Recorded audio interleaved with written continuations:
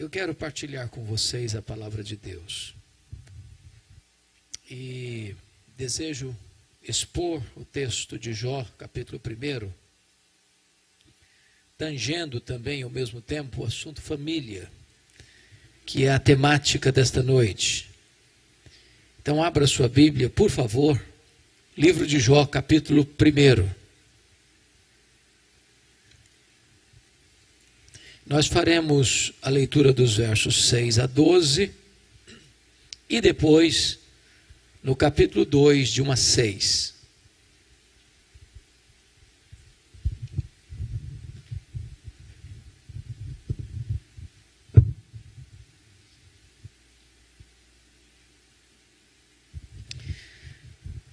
Eu estou com a versão atualizada, não sei qual é a sua versão.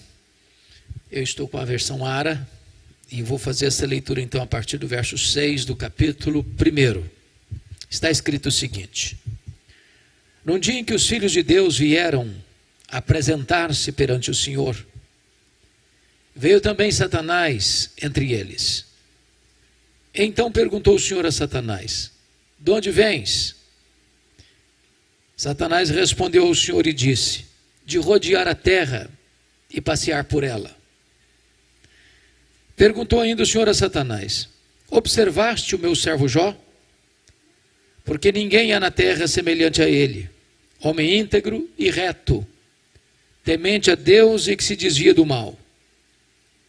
Então respondeu Satanás ao Senhor: porventura Jó debalde teme a Deus? Acaso não o cercaste com sebe a ele, a sua casa e a tudo quanto tem? A obra de suas mãos abençoaste, e os seus bens se multiplicaram na terra. Estende, porém, a tua mão e toca-lhe em tudo quanto tem, e verás se não blasfema contra ti na tua face. Disse o Senhor a Satanás: eis que tudo quanto ele tem está em teu poder. Somente contra ele não estendas a tua mão. E Satanás saiu da presença do Senhor. Agora capítulo 2, por favor. Num dia em que os filhos de Deus vieram apresentar-se perante o Senhor, veio também Satanás entre eles, apresentar-se perante o Senhor. Então o Senhor disse a Satanás: de onde vens? E respondeu Satanás ao Senhor e disse: de rodear a terra e passear por ela. Perguntou o Senhor a Satanás: observaste o meu servo Jó? Porque ninguém há na terra semelhante a ele, homem íntegro e reto, temente a Deus, e que se desvia do mal. Ele conserva a sua integridade, embora me incitasses contra ele para o destruir sem causa. Então Satanás respondeu ao Senhor: pele por pele, tudo quanto o homem tem dará pela sua vida. Estende, porém, a tua mão, toca-lhe nos ossos e na carne, e verás se não blasfema contra ti na tua face. Disse o Senhor a Satanás: eis que ele está em teu poder, mas poupa-lhe a vida. Meus amados irmãos, esse texto narra este episódio da reunião de Deus com seus filhos. E eu quero crer que o contexto aqui é que são os anjos. E esta reunião acontece nas regiões celestes. E curiosamente, o texto nos informa que Satanás aparece por lá. E quem toma a iniciativa é Deus, perguntando para ele assim: de onde vens? E Satanás responde: de rodear a terra e passear por ela. Satanás é uma espécie de turista inveterado. Ele anda por aí. Ele está de olho, está antenado. Está procurando uma brecha. Está procurando alguém para devorar. E Deus cutuca outra vez e pergunta assim: observaste o meu servo Jó? E Deus dá o currículo de Jó. Não tem ninguém na terra semelhante a ele. Em outras palavras, ele é o homem mais piedoso dessa geração. Homem íntegro. Íntegro é aquilo que você é com a porta do quarto trancada, com a luz apagada, sem ninguém observando. Homem reto. Reto é aquilo que você é em público. Todo mundo está vendo.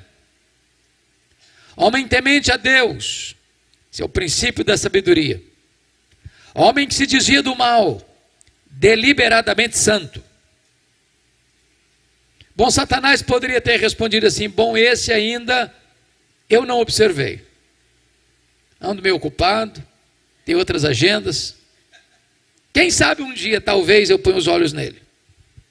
Mas não foi a resposta de Satanás. Satanás respondeu assim: ah, também puderas. Também puderas. Desse jeito aí é muito fácil te adorar. Qualquer um te adora desse jeito. Tu tens abençoado a vida dele. Tu tens cercado a família dele com a grande muralha de proteção. Os bens desse homem prosperam na terra. Tudo que ele bota a mão vira dinheiro. Ah, desse jeito aí é muito fácil. Qualquer um te adora. E Satanás insinua aqui duas coisas. Primeira, ele insinua que Deus precisa subornar as pessoas com bênçãos para receber delas adoração. Ele insinua que ninguém adora Deus por quem Deus é, apenas por aquilo que Deus dá. Satanás insinua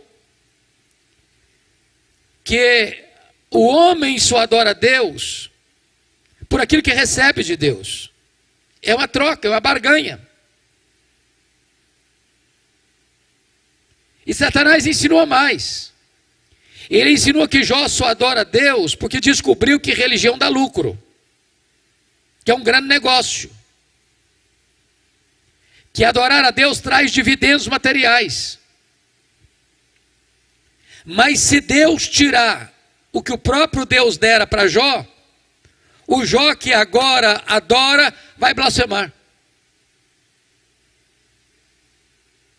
A grande pergunta é que um homem tem. Um homem tem bens, um homem tem família. Satanás está insinuando e levantando aqui duas teses, é que ninguém ama mais a Deus do que o dinheiro, e que ninguém ama mais a Deus do que a família. Satanás diz para Deus: toca no que ele tem, e verás se não blasfema contra ti na tua face. Sem que Jó soubesse, Deus constitui Jó em seu advogado na terra, e coloca nas mãos de Jó a defesa da sua reputação, e diz para Satanás: pode tocar no que ele tem, só não podes tocar na sua vida. Em outras palavras, Satanás é um ser limitado e limitado por Deus. Ele só pode ir até onde Deus o permite ir, e nem 1 centímetro a mais. O Deus que adoramos é quem manda no céu, é quem manda na terra e é quem manda no inferno. Com a permissão de Deus, Satanás sai dali para fazer um verdadeiro estrago na vida de Jó. Eu queria que vocês conferissem comigo. No capítulo 1, versículo 3, na parte final, está dito assim: de maneira que este homem era o maior de todos os do Oriente. Que significa que Jó era o homem mais rico do Oriente, que Jó era o homem mais rico da sua geração. Portanto, está posto aqui que não é pecado ser rico. Não é pecado ter riquezas. Não é pecado ter dinheiro. A riqueza é uma bênção. É Deus quem fortalece as nossas mãos para adquirirmos riquezas. Riquezas e glórias vêm de ti. A bênção do Senhor enriquece e com ela não tem desgosto. O problema não é ter dinheiro. O problema é o dinheiro nos ter. O problema não é possuir dinheiro. O problema é ser possuído pelo dinheiro. O problema não é carregar dinheiro no bolso. É entronizar o dinheiro no coração. O problema não é a riqueza. É a riqueza sem Deus. O problema não é o dinheiro como servo. O problema é o dinheiro como patrão. É curioso que no versículo 3, está escrito que Jó era o homem mais rico. Mas no versículo 8 está escrito que Jó era o homem mais piedoso. Então é possível ser rico e o mais rico, e piedoso e o mais piedoso ao mesmo tempo. Agora notem, nos versos 15 a 17, nós somos informados que Satanás vai usar os sabeus, o fogo e os caldeus para levar Jó, o homem mais rico, ao colapso financeiro, à falência. E eu não sei o que você pensa sobre isso, mas quem sempre viveu na magrela, quando passa por um aperto, já está acostumado, aguenta. Mas quem vive no topo da pirâmide, quando perde tudo, a vida entra em colapso. Tem muita gente que dá um tiro na cabeça, por muito menos. A grande pergunta é, será que a tese de Satanás era verdadeira? Será que de fato ninguém ama mais a Deus do que o dinheiro? Será que Jó blasfemaria contra Deus? Será que Jó se insurgiria contra o doador? A resposta, irmãos, está no versículo 21. E o versículo 21 diz que quando Jó recebe a notícia que ele está quebrado, que ele está falido, que ele entrou num colapso financeiro, ele responde assim: nu saí do ventre da minha mãe, nu eu voltarei. Sabe o que ele está dizendo? Eu não trouxe nada para este mundo, eu não vou levar nada deste mundo, portanto o que eu ganhei entre o berço e a sepultura não é a razão da minha vida. Ele reprova a primeira tese de Satanás, e ele prova que ama mais a Deus do que ao dinheiro. Ele prova que ele adora a Deus, não por aquilo que Deus dá, mas por quem Deus é. Mas, confira comigo o verso 19, porque Jó agora recebe a mais trágica notícia da sua vida. Seus 10 filhos estão reunidos na casa do primogênito, e de repente vem um vendaval, e a casa desaba, e os filhos morrem debaixo dos escombros daquela casa. A grande questão é que tipo de pai era Jó. E quem é pai e mãe de mais de um filho aqui, sabem de uma coisa: os filhos não são naturalmente unidos. Sobretudo quando tem dinheiro. Dinheiro não tem liga. Dinheiro não tem amálgama. Dinheiro separa, dinheiro divide. Mas Jó, conforme capítulo 1, versículo 5, vocês podem conferir, era um pai exemplar.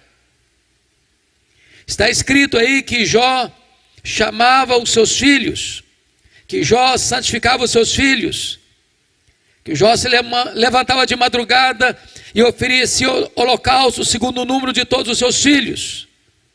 Que Jó dizia: talvez os meus filhos tenham pecado e blasfemado contra Deus em seu coração. E Jó fazia isso continuamente.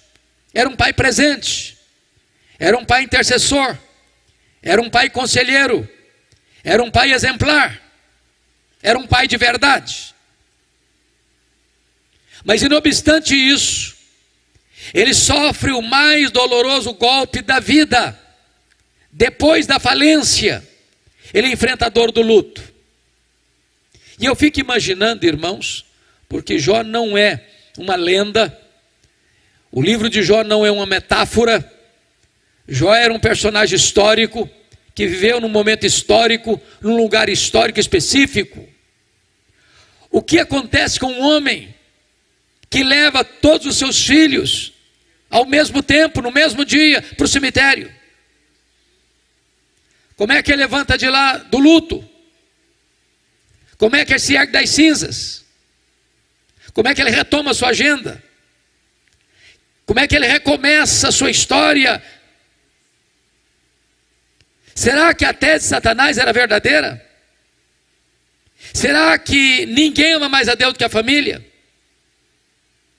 Será que Jó blasfemaria contra Deus? A resposta, amados, está no versículo 20, confiram comigo.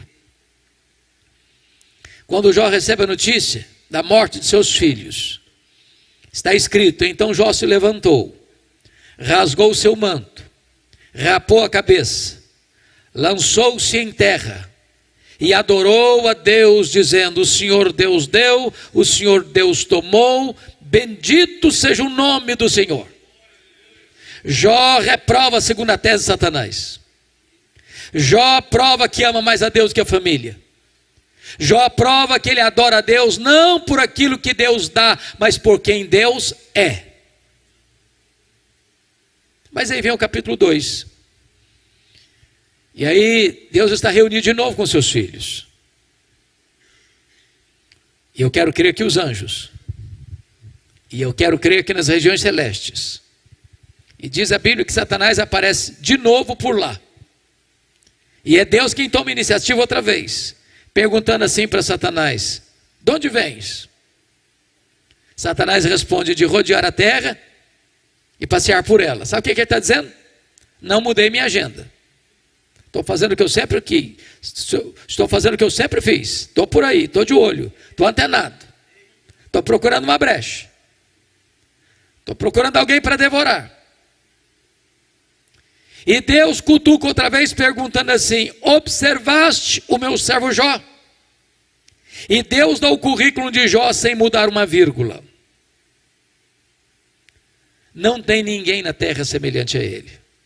Homem íntegro, reto, temente a Deus, que se desvia do mal. Ele conserva a sua integridade, embora me incitasses contra ele para o destruir sem caos. Sabe o que Deus está dizendo para Satanás? Satanás, suas teses são mentirosas. Suas teses são falsas. Jó provou que me ama mais do que o dinheiro. Jó provou que me ama mais do que a família. Jó provou que me ama não por aquilo que eu dou para ele, mas por quem eu sou. Então Satanás partiu para a terceira tese. Pele por pele, tudo que o homem tem dará pela sua vida. Toca-lhe nos ossos, toca-lhe na carne, e verás se não blasfema contra ti na tua face.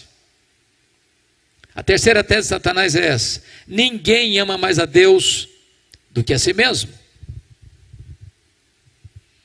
Sem que Jó soubesse, mais uma vez Deus constitui Jó em seu advogado na terra, e coloca então a defesa da sua reputação nas mãos de Jó. E diz para Satanás: pode tocar nos ossos dele, pode tocar na carne dele, só não podes tirar a vida dele. Em outras palavras, Satanás é um ser limitado e limitado por Deus. Ele só pode ir até onde Deus o permite ir, e nem 1 centímetro a mais. Nas palavras de Martinho Lutero, Satanás é um cachorro na coleira de Deus. Ele só pode ir até onde a coleira o permite ir, e nem 1 centímetro a mais. Com a permissão de Deus, Satanás sai dali, diz a Bíblia, vai colocar uma doença maligna em Jó, da planta dos pés ao alto da cabeça. E Jó vai tendo uma dor avassaladora, porque o seu corpo vai ficando completamente chagado, feridas se abrindo, sangrando, a pele necrosando. Ele precisa pegar um caco, talvez de telha, para raspar sua pele necrosada. Ele vai virando uma chaga viva, uma ferida aberta. Ele é uma carcaça humana. Ele não consegue comer, ele não consegue dormir, ele não tem alívio sequer de 1 minuto. Ele vai ficando magro, magérrimo, macérrimo, de couro furado pelas costelas em ponta. Seu corpo vai ficando mal cheiroso, bolhas vão se formando cheias de pus, e ele precisa morder nessas bolhas cheias de pus para tentar aliviar a sua dor. Ele fica encarquilhado, ele fica desfigurado, ele fica completamente um espectro humano, um aborto vivo. As pessoas passam e cospem, passam e sentem náuseas, as pessoas têm nojo dele, repulsa dele. Quando a sua mulher vê esse quadro horrível, ela se insurge contra Deus e diz para o seu marido: ainda conservas a tua integridade, Jó?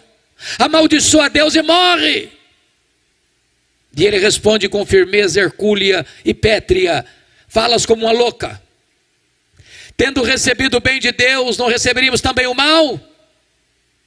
Está escrito no capítulo 2, versículo 10, que em tudo isso Jó não pecou contra Deus com seus lábios. Ele reprova a terceira tese de Satanás. Ele prova que ama mais a Deus do que a si mesmo. Ele prova que ele adora a Deus não por aquilo que Deus dá, mas por quem Deus é. Mas confira comigo o capítulo 2, versículo 11. Porque agora vem os amigos. O Elifaz, o Bildade e o Zofar. Eles combinaram ir juntamente condoer-se de Jó e consolá-lo. Olha o verso 12. Eles levantaram de longe os olhos, mas eles não reconheceram Jó. Eles ergueram a voz e choraram. Cada um rasgou o seu manto, lançou pó ao ar sobre a cabeça. Eles sentaram com Jó na terra, 7 dias e 7 noites. E nenhum deles dizia palavra alguma, pois viam que a dor de Jó era muito grande. E eu pergunto a vocês: esses homens eram amigos de Jó? Eram amigos de Jó? E a resposta categórica é esta: claro, claro que eram. Claro. Vocês já fizeram alguma visita assim para alguém? 7 dias, 7 noites, sentado no chão, na terra, sem falar nada, só chorando. Vocês já receberam alguma visita assim, nas horas mais difíceis da vida? Qual foi o problema desses homens? O problema desses homens era uma teologia ruim. Quando a teologia é ruim, o comportamento vai ser ruim. Porque a ética é filha da teologia e a teologia é mãe da ética. O problema desses homens é que eles começaram a, entre aspas, fazer teologia, a cogitar, a especular, a desenvolver uma lógica cartesiana, a pensar em causa e efeito. E eles imaginaram assim: ninguém sofre sem causa. Para alguém estar sofrendo, é porque fez alguma coisa errada. Portanto, para Jó estar sofrendo e sofrendo muito, ele deve ter feito muita coisa errada. Mas eles não só pensaram isso, eles falaram. Mas eles não só falaram para Jó. E eles assacaram contra Jó os mais pesados libelos acusatórios. Eles chamaram Jó de adúltero. Eles chamaram Jó de ladrão. Eles chamaram Jó de louco. Eles agravaram a dor de Jó dizendo que Deus matou os filhos dele porque ele era louco. Eles chamaram Jó de corrupto, porque disseram para Jó que Jó ficou rico porque roubou os órfãos e as viúvas. Eles massacraram Jó.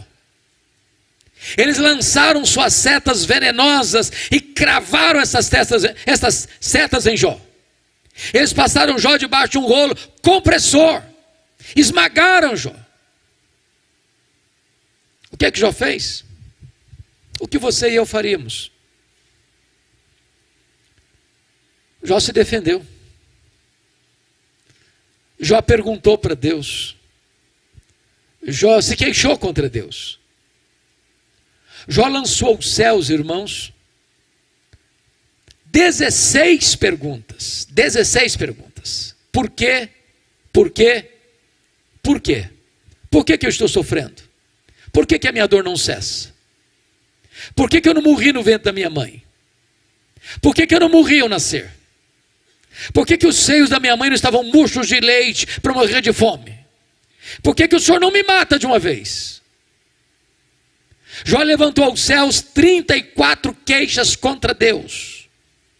Ele espremeu não só o pus das suas feridas físicas, ele espremeu o pus das suas feridas emocionais.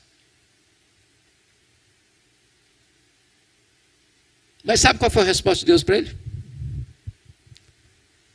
Das 16 perguntas e das 34 queixas, o silêncio sepulcral de Deus.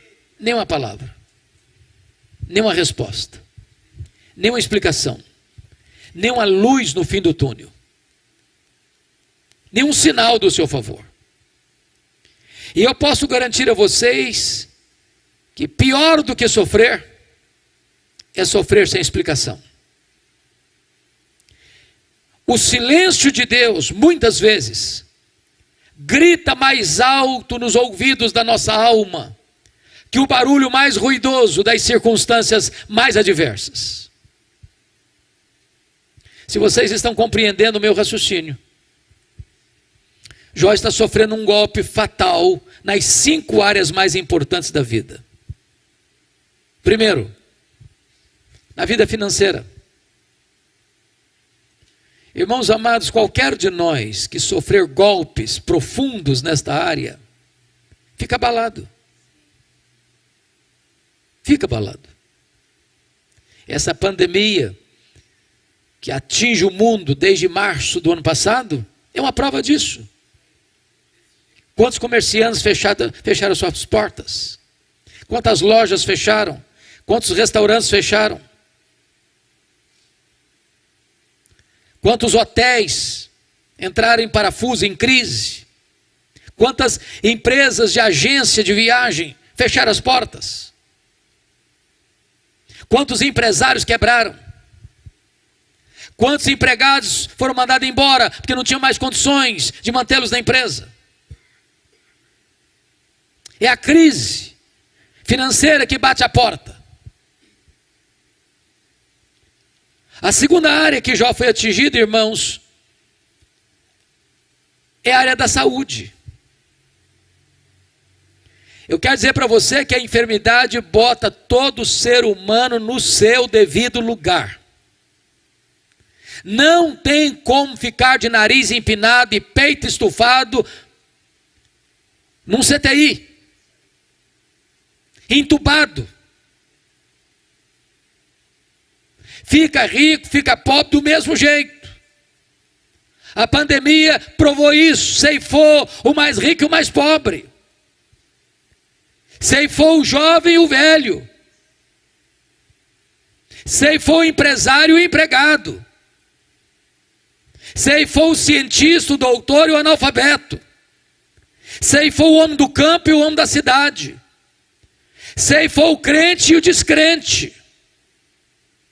A doença fragiliza o homem, tira o chão debaixo dos seus pés. E Jó está enfrentando isso. A terceira área que Jó enfrenta crise, irmãos, é na área do casamento. Na hora que Jó mais precisou do apoio da sua mulher, para ser um bálsamo, um alívio de tensões, uma consoladora, ela se revolta contra Deus e diz para o marido dela assim: morre, homem, morre, morre logo. A quarta área que Jó enfrenta crise, irmãos, é com os filhos. Não é natural pai e mãe enterrar filhos, não. Não é natural os filhos furarem a fila, não é. Talvez não tenha dor que possa se comparar a esta. O que é um pai e uma mãe sepultar um filho ou uma filha?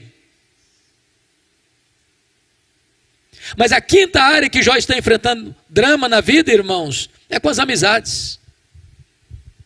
Aqueles que deveriam ser consoladores transformam-se em molestadores. Aqueles que deveriam ser óleo terapêutico nas suas feridas tornam-se vinagre em suas feridas.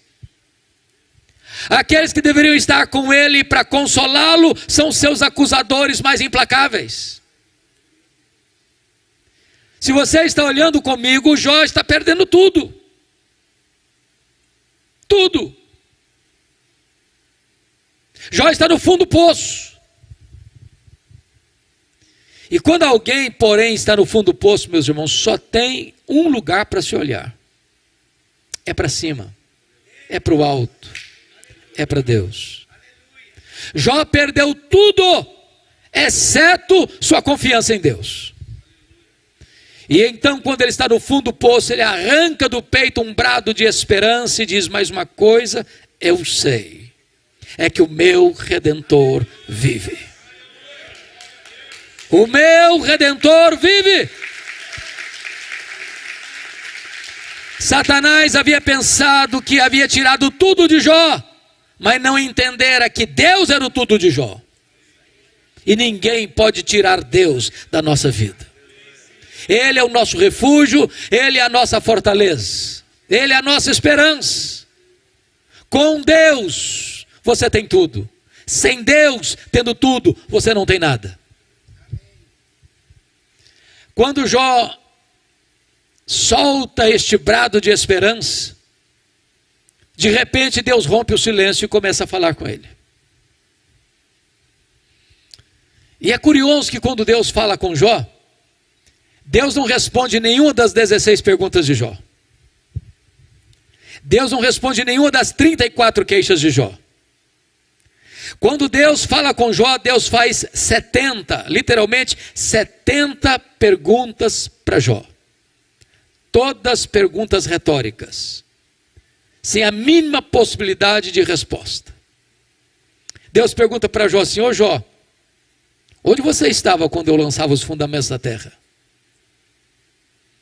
Ô Jó, onde você estava quando eu espalhava as estrelas no firmamento? Ô Jó, onde você estava quando eu cercava as águas do mar para elas não invadirem a terra? E Deus abriu as comportas dos céus e despejou torrentes caudalosas da sua majestade, da sua glória sobre Jó. Em catadupas Deus foi derramando sobre Jó torrentes do seu poder, da sua glória, da sua majestade, da sua grandeza, do seu conhecimento, do universo, das coisas maiores e menores da vida.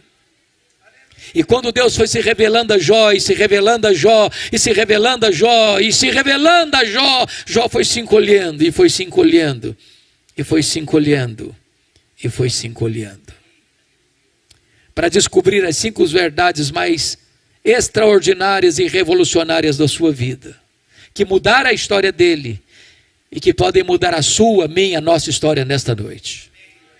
Que verdades são essas? Eu gostaria que vocês contemplassem comigo no capítulo 42, porque elas estão lá. A primeira coisa que Jó descobriu, meus irmãos, notem comigo, está aí no versículo 1 e 2. Então respondeu Jó ao Senhor: bem sei que tudo podes. Jó reconheceu a onipotência de Deus. Deixa eu lhe dizer algo nesta noite. Você e eu temos impossibilidades intransponíveis, fraquezas indisfarçáveis. Eu gosto muito de ler, desde a minha infância. E eu gosto de passar pelas livrarias, praticamente todo mês, toda semana, para ver o que está saindo. Eu acho que todos vocês concordam comigo que as obras que mais são publicadas no Brasil e no mundo são livros de autoajuda. E esses livros de autoajuda dizem para você que você é forte, que você tem a força, que você é um gigante, que há poder nas suas palavras, que basta fazer cócegas no seu interior e se levantará daí um gigante. Mas sabe o que a Bíblia diz? Exatamente o contrário. A Bíblia diz que nós somos fracos, que Deus conhece a nossa estrutura e sabe que somos pó. Nós temos fraquezas físicas, por exemplo. Eu só sei que eu tenho a idade que eu tenho quando eu me olho no espelho. E quando eu converso com alguém, ele diz assim, tem a mesma idade sua, estou um pouquinho mais velho, um pouquinho mais novo. Eu falei, estou velho mesmo. O tempo vai esculpindo algumas rugas no nosso rosto, indisfarçáveis. Indisfarçáveis. As mulheres que são mais espertas e mais inteligentes do que os homens, driblam isso melhor. Com um bom cosmético. Às vezes quando se acorda é um caos, mas depois de um bom cosmético vira o cosmos de novo. Mais tarde uma boa cirurgia plástica ajuda muito. Mas chega uma hora, convenhamos, que ainda que Pitangui ressuscitasse dentre os mortos, não teria mais jeito. Não tem mais jeito. As mãos ficam descaídas, os joelhos trôpegos, as pernas bambas, os olhos embaçados. E dizem alguns entendidos que cada fio de cabelo branco que brota na sua cabeça é a morte chamando você para um duelo. Eu acho até um exército acampado ao meu redor. Tem as fraquezas físicas. Mas nós temos fraquezas emocionais, irmãos. A maioria de nós, se não todos nós, nas noites mais escuras da alma, já choramos e gememos. Dizer, meu Deus, eu não aguento mais. Há um nó na garganta, há uma dor no estômago, há uma angústia na alma. Parece que o inferno joga em cima de você todo o seu bafo quente. E você se sente oprimido, acuado, esmagado, por uma dor avassaladora. Sabe por quê? Nós temos fraquezas emocionais. Mas em terceiro lugar, nós temos fraquezas morais. Quantas vezes você e eu, chorando, dissemos para Deus, Deus, eu não quero mais cometer esse erro. Eu não quero mais reincidir nesse pecado. E daqui a pouquinho, você se flagra cometendo o mesmo erro. Não é porque faltou para você sinceridade, não. Faltou para você poder. Somos fracos. Mas em quarto lugar, nós temos fraquezas espirituais. Nós somos um ser ambíguo, contraditório, paradoxal. Diz a Bíblia que o bem que eu quero fazer eu não faço, o mal que eu não quero, esse eu faço. Somos fracos. Porém é maravilhoso você poder afirmar que o seu Deus tudo pode. Para Ele não há impossíveis. Para Ele não há vida irrecuperável. Para Ele não há casamento sem solução. Para Ele não há família sem restauração. Para Ele não há igreja sem reavivamento. Ele pode tudo quanto Ele quer. Ele tudo pode.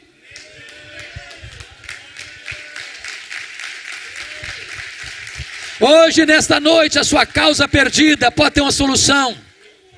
Aquele assunto que rola há anos na sua vida, no seu casamento, na sua família, nesta noite, pode ter uma solução. Ele está aqui e Ele é poderoso para fazer milagres na nossa vida. A grande questão nesta noite, irmãos, quem é o nosso Deus? Quão grande é o nosso Deus? Quão poderoso é o nosso Deus? Quão majestoso é o nosso Deus? Quanto Ele pode?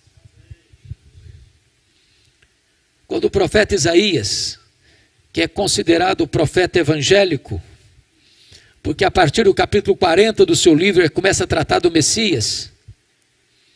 Lá no capítulo 40 ele diz que o seu Deus, o meu Deus, o nosso Deus, é aquele que mede as águas na concha da sua mão. E eu fico imaginando o Pacífico, o Atlântico, o Índico, o Mediterrâneo, os mares, os rios, as fontes. Tente aqui no Atlântico, com um baldinho. Veja quanto tempo você vai levar para esvaziar o Atlântico com um baldinho. Pois o seu Deus mede as águas na concha da sua mão. O seu Deus pesa o pó das montanhas em balança de precisão.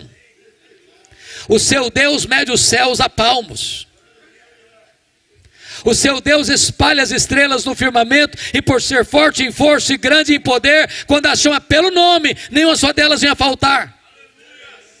O seu Deus olha para as grandes nações, as grandes potências econômicas e militares da terra, e considera todas essas nações como um pingo que cai num balde, como um pó numa balança de precisão. Este é o seu Deus, Ele tudo pode.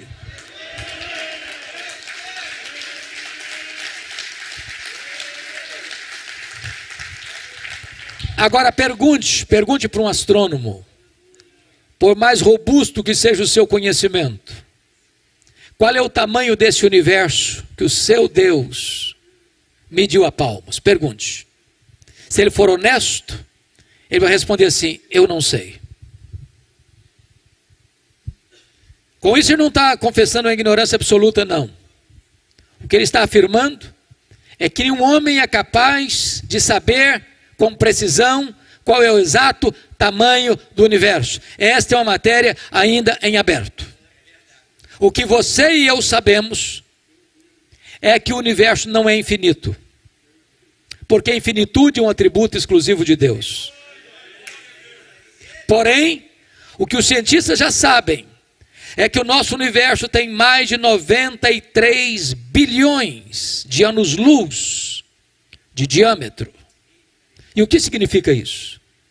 Significa que se você voasse à velocidade da luz, 300 mil quilômetros por segundo, nessa velocidade você demoraria mais de 93 bilhões de anos para ir de uma extremidade à outra do universo. Pois não há um centímetro desse universo onde o seu Deus não possa dizer: eu criei isso aqui, eu sou dono disso aqui, eu sou senhor disso aqui. Este é o seu Deus, Ele tudo pode. Pergunte a um astrônomo quantas estrelas existem. E a resposta dele é: eu não sei. O que eles sabem é que há mais estrelas no firmamento do que todos os grãos de areia de todas as praias e desertos do nosso planeta. Vá um dia aqui à praia, enche a concha da sua mão de areia, leve para uma tábua de vidro, como esse púlpito aqui, e tenha a paciência de contar quantos grãos de areia você consegue botar na concha da sua mão. Pois há mais estrelas no firmamento que todos os grãos de areia de todas as praias e desertos do nosso planeta. Mas o seu Deus não apenas criou todas elas. O seu Deus batizou cada uma delas pelo nome. E por ser forte em força e grande em poder, quando a chama pelo nome, nenhuma só delas vem a faltar. Este é o seu Deus, Ele tudo pode.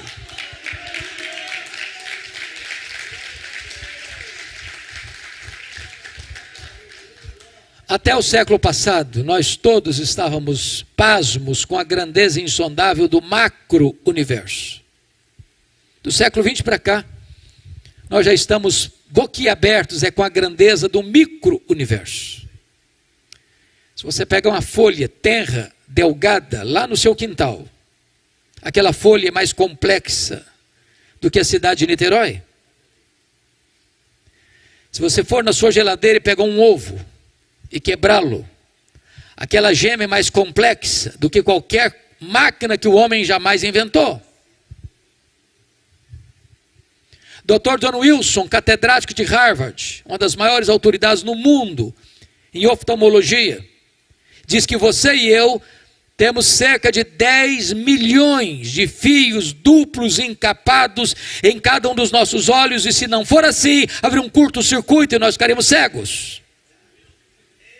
Dr. Marshall Nirenberg, prêmio Nobel de Biologia, fez uma das mais fantásticas descobertas no século passado.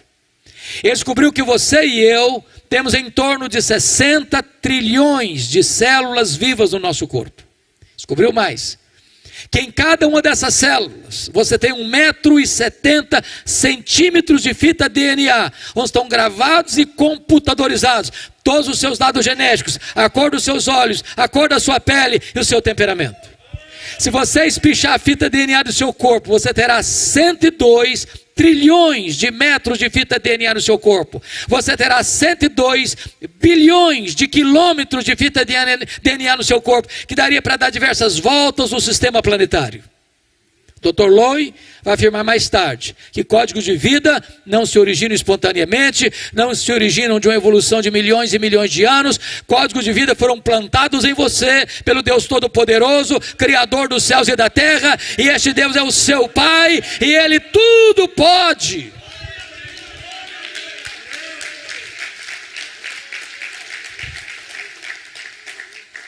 Me permita ilustrar isso de uma maneira mais simples. Um pai caminhava com seu filho pela rua, menino de 4 anos, e de repente o menino se volta para o pai e faz uma pergunta. Eu não sei se vocês concordam comigo, mas acho que toda criança fez um curso de pós-doutorado em perguntas difíceis. Não conheço ninguém que faça perguntas mais complicadas do que crianças. E o menino perguntou para o pai assim: papai, qual é o tamanho de Deus? O pai ficou em silêncio porque não tinha uma resposta pronta para um menino de 4 anos. Continuou caminhando, pensando no que responder. Enquanto caminhavam, ele escuta os roncos de um avião supersônico, as suas turbinas nas alturas excelsas.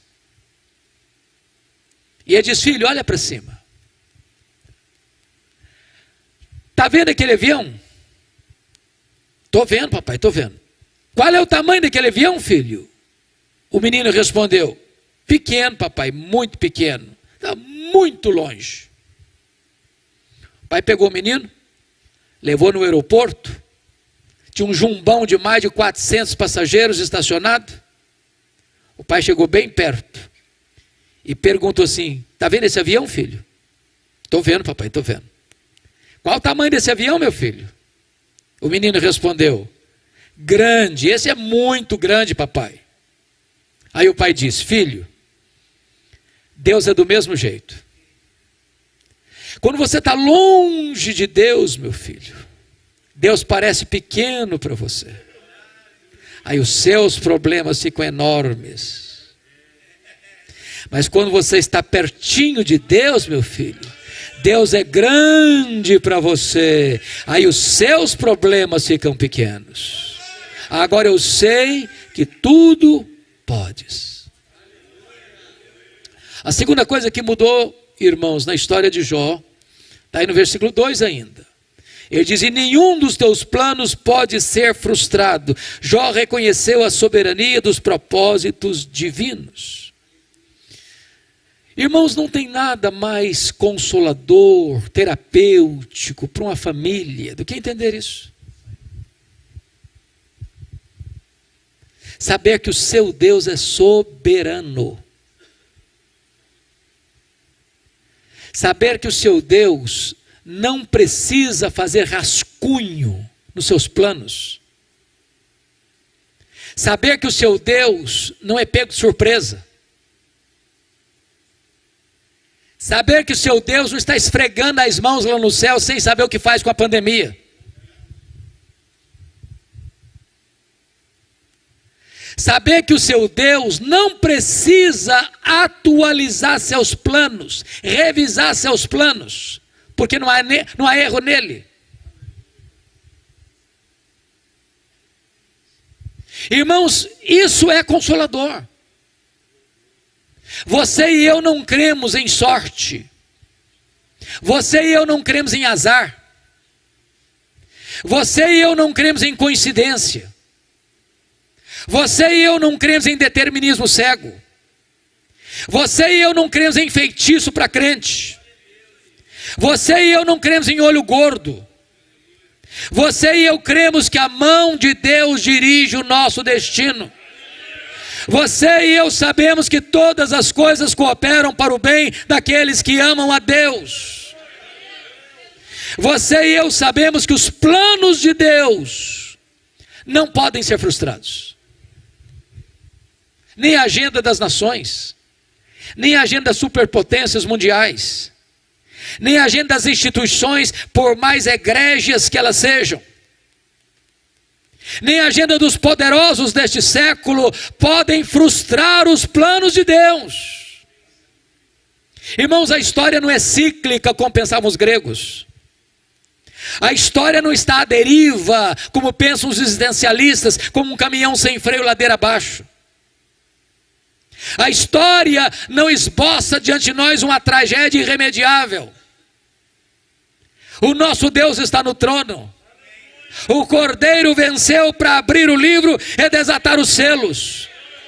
A história é teleológica, em outras palavras, ela caminha para um telos, ela caminha para um fim, ela caminha para uma consumação, e a vitória é de Cristo e da sua igreja. Agora tem dor, agora tem vale, agora tem gemido, agora tem doença, agora tem opressão, agora tem perseguição, agora tem prisão, agora tem martírio, mas a vitória está selada e ninguém pode mudar o decreto soberano de Deus.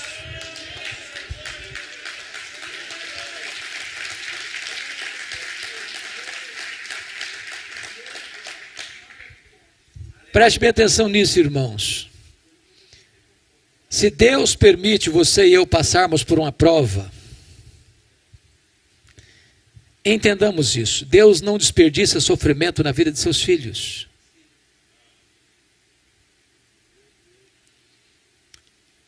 Se Deus permite você e eu passarmos por uma prova, não é porque Deus não é amor, não é porque Deus é sádico, não é porque Deus está longe, não é porque Deus é indiferente, não é porque Deus não ama você.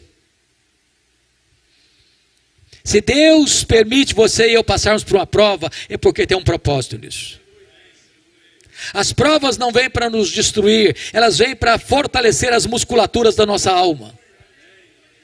Elas não vêm para nos colocar longe de Deus, elas vêm para nos colocar na dependência de Deus.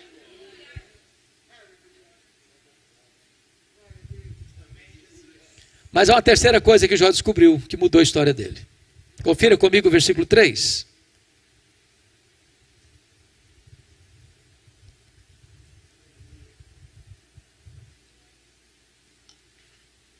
Na parte B, Jó diz assim: na verdade eu falei do que eu não entendia, coisas maravilhosas demais para mim, coisas que eu não conhecia. Jó reconhece a sua profunda limitação.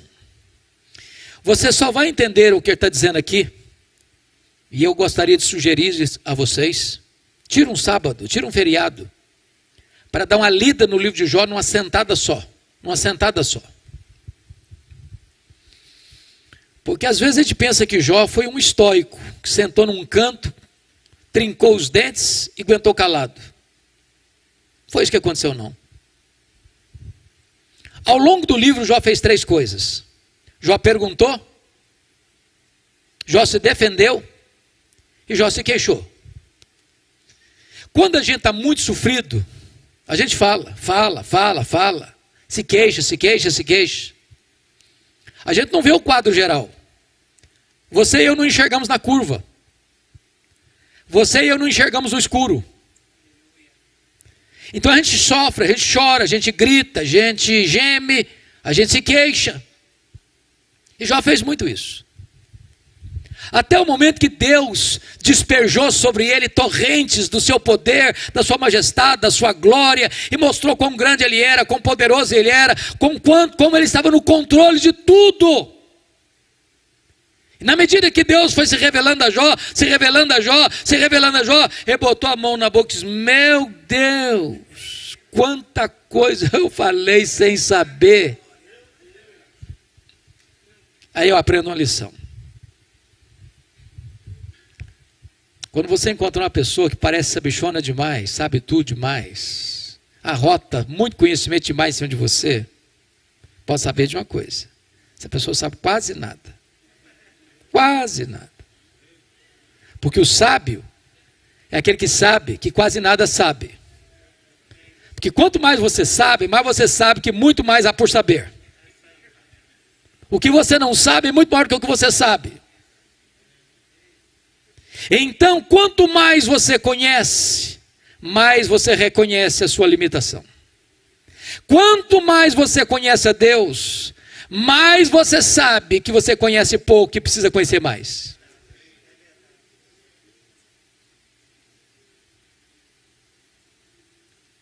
Aqui está um ponto que eu gostaria de enfatizar. Algumas pessoas têm uma espécie de necessidade de falar delas mesmas, se autopromover, se autoprojetar. Nós chamamos isso de vaidade, ou de arrogância, ou de altivez, ou de soberba. Agora preste bem atenção nisso. É impossível você nutrir vaidade ou soberba se tem duas coisas acontecendo. Primeiro, se você conhece a Deus. Eu pergunto a você, é possível estar na presença daquele que é santo, santo, santo, majestoso, e ter o nariz empinado?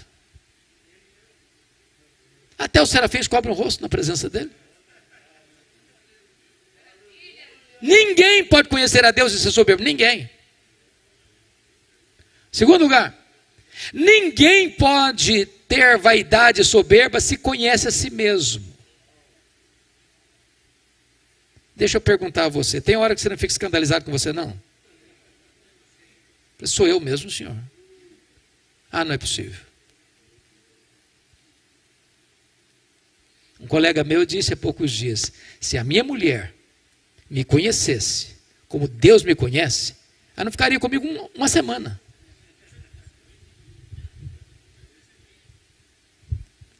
Não bata palma para você, não.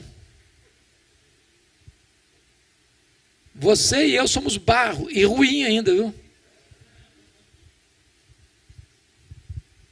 Então não tem espaço para você ser honesto, conhecendo a você mesmo. Isso é soberbo. O que me espanta é que Deus, apesar ou a despeito de me conhecer, como mais do que eu me conheço, ainda me ame. Então, quanto mais você conhece a Deus, mais humilde você precisa ser. Eu fui criado na roça mesmo. Fui calçar meu primeiro par de sapatos com 8 anos de idade, com as mãos calejadas. Mas naquela roça bem artesanal, você planta milho e colhe milho no muque, no braço. E se você já viu ou já foi criado como eu na roça, na hora que você vai colher uma lavoura de milho, está seco, na hora de colher, toda espiga boa se dobra, toda se dobra. Agora o restolho, que só tem palha e sabugo, não se dobra nunca, fica empinadinho. Empinadinho. Quando você vê uma pessoa, olhar para uma pessoa muito empinadinha, pode ter certeza, só tem palha e sabugo. É lata vazia que faz barulho.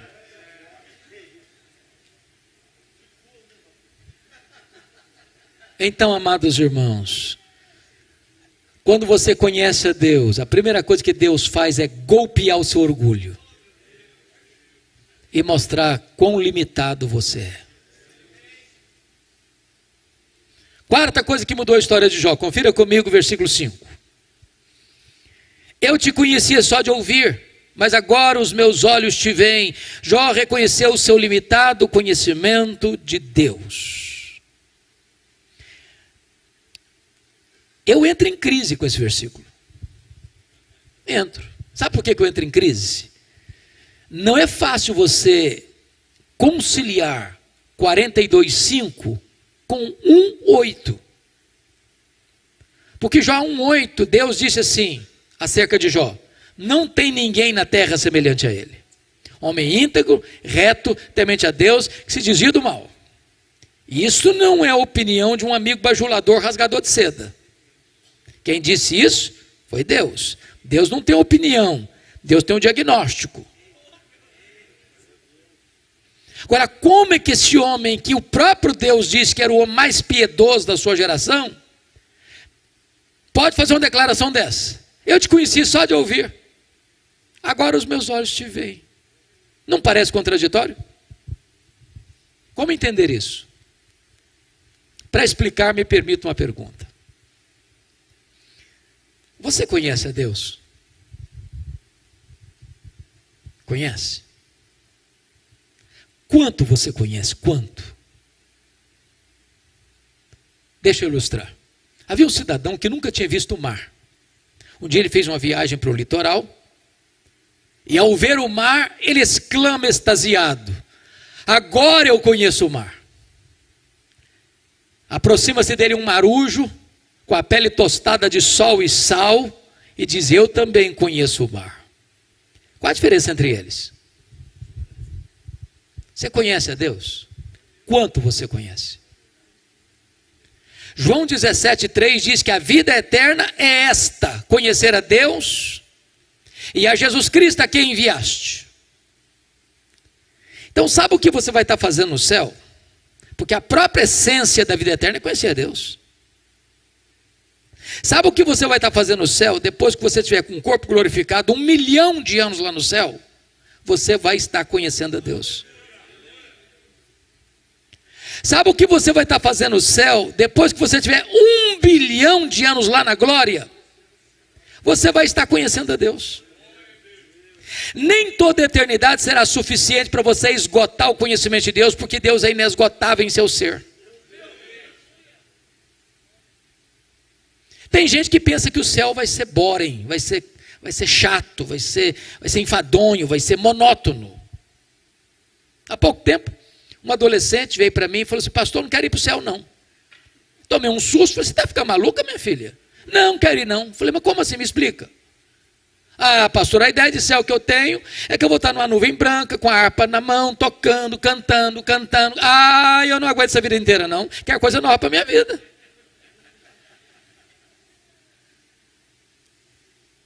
Deixa eu lhe dizer, o céu vai ser dinâmico.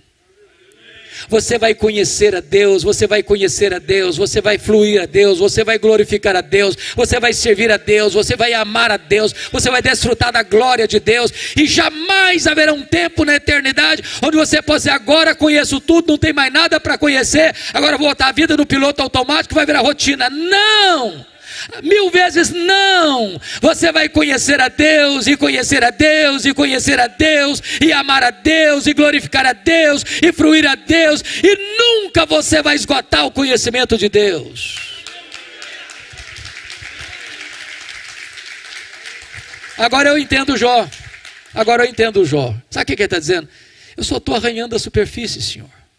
Tem mais, tem muito mais, tem infinitamente mais. O grande problema da nossa vida cristã é que nós limitamos Deus, ou a obra de Deus, ao que nós conhecemos e ao que nós já experimentamos. Por exemplo, pega a oração de Paulo, Efésios 3,19. Eu acho que Paulo alcançava o pináculo da sua teologia quando ele se colocava de joelhos. E Paulo ora para que você e eu sejamos tomados, não de Deus, não da plenitude de Deus, mas para que sejamos tomados de toda a plenitude de Deus. Isso me leva a uma pergunta: quem é Deus? Só para recordar e trazer a memória esclarecida de vocês o que nós chamamos dos atributos incomunicáveis de Deus, diríamos que Deus é autoexistente, que Deus é imenso, que Deus é infinito, que Deus é imutável, que Deus é onipotente, que Deus é onipresente, que Deus é onisciente, que Deus é transcendente, que Deus é soberano, que Deus é maior que tudo quanto Ele criou, que nem os céus dos céus pode conter a Deus. Agora Paulo está orando para que você e eu, frágeis vasos de barro, sejamos tomados de toda a plenitude de Deus. Ah, Paulo, você deve estar delirando, só pode. Não é possível. É muito ousado. O pedido está grande demais. Para que você e eu não incorramos nesse perigo, ele escreve no verso seguinte, Efésios 3:20. Ora, aquele que é poderoso para fazer infinitamente mais do que tudo quanto pedimos ou pensamos, conforme o seu poder que opera em nós, a ele seja a glória na igreja, em Cristo Jesus, agora e eternamente. Amém. Porque a gente usa esse versículo, Deus é poderoso para fazer infinitamente mais, mas coisas muito comezinhas da vida. Deus é poderoso para curar só unha encravada do dedão do pé. É poderoso mesmo, a sua dor de barriga. Ok, é também poderoso. Mas Paulo usa essa expressão para o pedido mais ousado que já foi feito na história da igreja. O que ele está dizendo? É que não há limitação em Deus. Você vai conhecer a Deus, você vai conhecer a Deus, você vai conhecer a Deus, você vai receber o poder de Deus. Enquanto tiver vasilha vazia, o azeite vai jorrar. Enquanto você tiver disposição, você vai conhecer e conhecer e conhecer. Mas a quinta coisa que mudou a história de Jó, irmãos, está no versículo 6. Confira comigo. Por isso eu me abomino e eu me arrependo no pó e na cinza. Jó reconhece a enormidade do seu pecado. E eu entro em crise de novo com o versículo. Porque não combina com o que Deus falou dele. Não combina. Como é que o homem mais piedoso vai fazer uma confissão dessa? Essa confissão fica bem na boca de um assassino, de um ladrão, de um corrupto. Mas na boca do homem mais piedoso? Como é que você entende isso? Me permita explicar, amados. As pessoas que mais confessam os seus pecados e choram por eles, não são as pessoas que mais pecam. São as pessoas que mais perto de Deus andam. Quem está longe de Deus nem reconhece os seus pecados. Quem está mergulhado nas trevas nem vê pecado. As pessoas cometem as maiores loucuras e sentem orgulho disso. Levantam suas bandeiras, fazem passeatas. Mas se você está na presença daquele que é santo, santo, santo, sua reação é a de Isaías: ai de mim, Senhor, eu estou perdido. A sua reação é a reação de Jó: Senhor, eu me abomino no pó e na cinza. A sua reação é a de Pedro: afasta-te de mim, Senhor, eu sou um pecador. A sua reação é de João: caí como morto aos seus pés.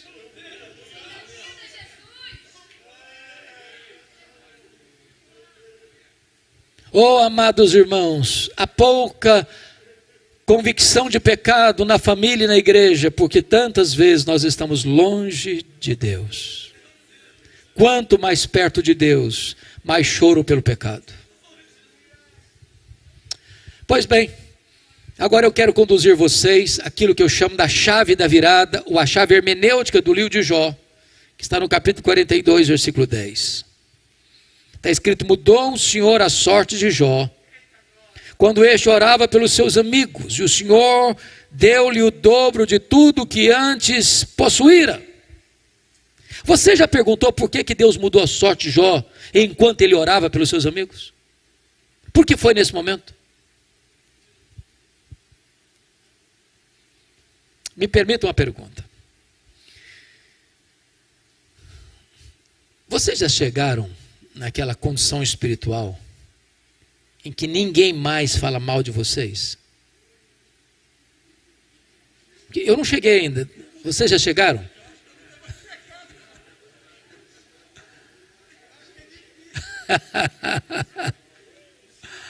Impossível. Deixa eu fazer outra pergunta então. O que vocês acham que Jó sentiu quando seus amigos, de forma cruel, inverídica, disseram assim para ele: ô Jó, você é um ladrão. Ô Jó, você é um adúltero. Ô Jó, você roubou dos órfãos e das viúvas. Ô Jó, você é doido, você é louco. Deus matou seus filhos porque você é doido, louco. O que vocês acham que Jó sentiu? O que você sente quando alguém fala mal de você? Quando alguém levanta falso sobre a sua vida? O que você sente? Você fica feliz? Você dá pulo de alegria? O que Jó fez? Se defendeu, se queixou. E quem se defende e se queixa, sabe o que tem no coração? Dor, mágoa. Sabe o que Deus está falando para Jó? Meu filho, você quer ser restaurado? Saia dessa arena de autodefesa. Saia, meu filho, dessa arena de autodefesa. Comece a orar por esses homens. Comece a orar por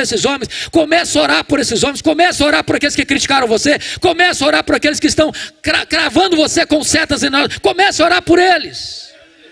Sabe por quê? Você não consegue orar por alguém e ter mágoa desse alguém ao mesmo tempo. E diz a Bíblia que quando Jó orava pelos seus amigos, Deus restaurou a sorte de Jó. Notem comigo que as 5 áreas que Satanás tentou destruir na vida de Jó, Deus restaurou todas elas. A primeira área que Deus restaurou está no versículo 16. Foi a sua saúde. Ele viveu mais 140 anos. Viu os filhos dos filhos até a 4ª geração. Eu acho que não ficou nem sequela, nem cicatriz. Eu quero dizer para você que o Deus que cura está aqui nesta noite. A última palavra, irmãos, não é da medicina, a última palavra não é da ciência, a última palavra é de Deus. Se Ele quiser, Ele cura. Ele é o Jeová Rafa. A segunda área que Deus restaurou, confira comigo o versículo 10 e o versículo 12, foi a vida financeira. No verso 10 diz que Deus deu tudo em dobro. E no verso 12, vale a pena você comparar 1:3 com 42:12, e você verá que Deus literalmente devolveu tudo em dobro. Eu quero dizer para você que o Deus da restituição está aqui nesta noite. Você que foi despedido do seu emprego, você que fechou o seu comércio, você que fechou a sua loja, você que sofreu um baque na sua empresa, eu quero dizer que Deus é poderoso para restituir e restaurar a sua vida financeira. A terceira área que Deus restaurou foram os amigos, as amizades. Olha o versículo 8. Eu acho muito interessante isso aqui. Porque os amigos que acusaram Jó, agora Deus chega para eles e diz assim: olha, vocês vão ter que ir lá naquele homem que vocês criticaram. Para que aquele homem que vocês criticaram ore por vocês. Aquele homem que vocês criticaram é mais justo do que vocês. E eu vou ouvir a oração daquele homem, não a oração de vocês. Sabe o que Deus está fazendo com Jó aqui? Honrando Jó. Honrando Jó. Então eu vou falar uma frase aqui, se você esquecer tudo que eu falei até agora, mas lembrar da frase, já me dou por satisfeito. E a frase é esta: cuide bem da tua piedade, e Deus cuidará da tua reputação. Você não tem que se defender, você tem que andar com Deus. Porque quando você anda com Deus, Deus defende você. Quando você anda com Deus, as pessoas que criticaram você vão ter que voltar a você e mudar de opinião a seu respeito. Quarta área que Deus restaurou: o casamento.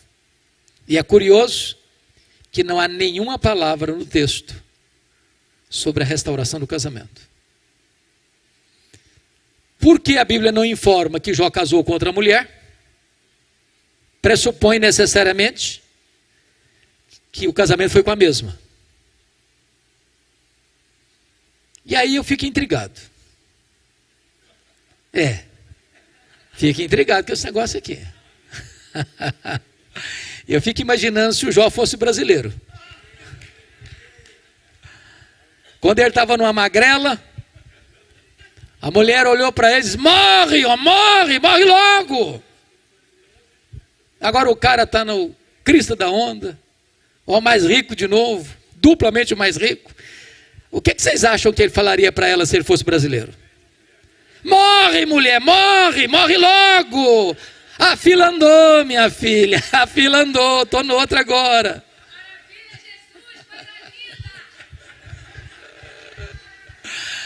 Mas deixa eu dizer algo para vocês, amados. Deus é especialista em pegar cacos e fazer um vaso novo. Deus é especialista em pegar um casamento quebrado, ferido, machucado e restaurá-lo. Deus é poderoso para tirar a mágoa, a dor, a revolta, a amargura, o ressentimento e colocar de volta perdão e amor. A solução para um casamento doente não é divórcio, é perdão e restauração. Irmãos queridos, eu no ano 2000, 2001 estava nos Estados Unidos estudando e eu escrevi um livro sobre divórcio, casamento, divórcio e novo casamento. Você sabe que os Estados Unidos tem estatística de tudo, pesquisa de tudo e é tão fácil estudar lá porque tem tudo na mão. Então fui fazer uma pesquisa em 2001 sobre a questão de casamento e divórcio. E constatei duas coisas tristes. Primeira, no ano 2001, 75% dos homens e 63% das mulheres até os 40 anos haviam sido infiéis ao seu cônjuge. Segundo, 70% das pessoas que se divorciaram e casaram de novo, 70%, 10 anos depois, descobriram que o segundo casamento foi pior do que o primeiro. Em outras palavras, a solução para um casamento em crise não é o divórcio, mas é a restauração, é a cura, é o perdão. Talvez você veja aqui hoje, seu casamento está abalado. Talvez você está decepcionado, decepcionada. Talvez você já está fazendo até provisão para separação. Mas eu quero dizer para você que Deus pode fazer um milagre no seu casamento. Há pouco tempo uma mulher me procurou para me fazer um comunicado. E ela estava brava. E ela me fuzilou com os olhares pesados e disse: pastor, eu vim lhe comunicar que eu estou me divorciando. Eu tomei um susto, porque eu não esperava isso. Eu disse: como assim? Eu estou me divorciando. E eu perguntei: mas por quê, filha? E ela disse assim: secou. Secou. Está claro para você botar a legenda? E eu perguntei: secou, minha filha? Ué, mas se secou, tem esperança. Você não leu na Bíblia lá que a vara seca de Arão floresceu? Deus pode fazer florescer o que está seco no seu coração. Eu falei: pastor, o senhor não está me entendendo, o senhor está ficando maluco. Eu estou falando para o senhor que morreu. Está claro? Morreu. Eu falei: morreu, filha? Oh, mas não tem esperança? Você não leu na Bíblia lá que Jesus ressuscita os mortos? Ele pode ressuscitar o que está morto no seu coração? Ô pastor, o senhor perdeu o juízo. Eu estou falando para o senhor que acabou. Acabou. Está claro? Acabou. Eu falei: acabou, filha? Ou então tem esperança? Você não leu na Bíblia lá que Jesus chama a existência as coisas que não existem? Ele pode chamar a existência nem o que não está mais aí no seu coração. Você não vai divorciar agora não. Você vai orar comigo. Daqui a uma semana você volta aqui e nós vamos conversar. Passou uma semana, a moça voltou. Ela disse assim: pastor, acabou a vontade de divorciar. Jesus está restaurando a minha vida, Jesus está restaurando meu casamento, há esperança para nós. Deus é poderoso para fazer um milagre de restauração nesta noite na nossa vida. Mas a última área que Deus restaurou foram os filhos. Confira comigo capítulo 1, versículo 2, que Jó tinha 7 filhos e 3 filhas. Agora confira 42:13, que Jó passa a ter mais 7 filhos e 3 filhas. Mas se era tudo em dobro, você fica perguntando: mas então não devia ser, você tinha 10, devia ter 20 agora. Então não foi tudo em dobro?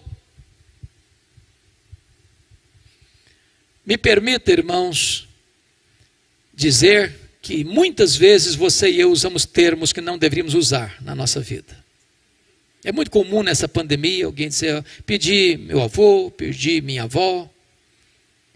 Alguns mais doloridamente, perdi meu pai, perdi minha mãe, perdi meu irmão, perdi meu amigo, perdi meu filho, minha filha. Essa não é uma linguagem própria para um crente usar. Você perde alguém ou algo quando você não sabe onde está. Como aquele pai que voltava do cemitério depois de sepultar o seu filho único. E um amigo se aproxima para lhe dar um abraço e disse assim, meus pêsames. Eu soube que o senhor perdeu o seu filho. E o pai chorando, mas consolado, disse, não, eu não perdi meu filho. Eu sei onde meu filho está. Eu sei com quem o meu filho está. O meu filho está no céu, o meu filho está com Jesus. Eu não perdi meu filho. João agora tem 10 filhos no céu. João agora tem 10 filhos na terra. Deus restaurou e restaurou completamente.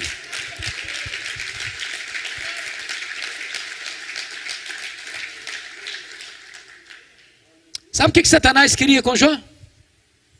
Colocar Jó longe de Deus. Sabe o que Satanás conseguiu? Colocar Jó mais perto de Deus. Sabem por quê? Porque os planos de Deus não podem ser frustrados. Que grande Deus nós temos. Digno de toda a honra, de toda a glória e de todo o louvor. Amém.